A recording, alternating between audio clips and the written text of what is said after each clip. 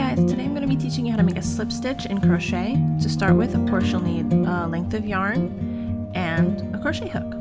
To start off, I'm going to create a foundation chain and a couple rows of crochet, not because you need this in order to make a slip stitch, but because it will be easier to see the difference if there's already a couple of rows of crochet to compare it to.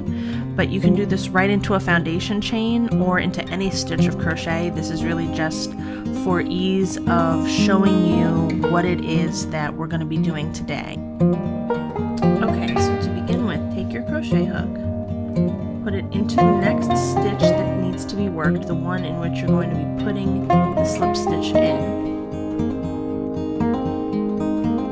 Yarn over and pull a stitch through. You now have 2 loops on the needle. Pull that stitch through the first loop you had. That is the slip stitch. You can see it's much shorter. You've essentially just put a chain directly on top of the row. That's what a slip stitch is. I'll do it again.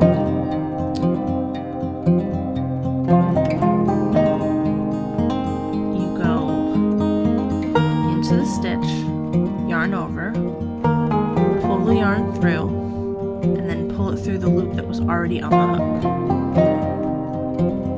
I'll now make a regular stitch for comparison. This is a half double crochet. You can see it's much taller. Here's another one, again for comparison. You can see that it creates kind of a dip in the fabric. This is desirable for making a lot of different kinds of shapes in the crochet, as well as if you are interested in certain methods in the round where you have to move the beginning of the round. This is a great way to move the round without adding stitches.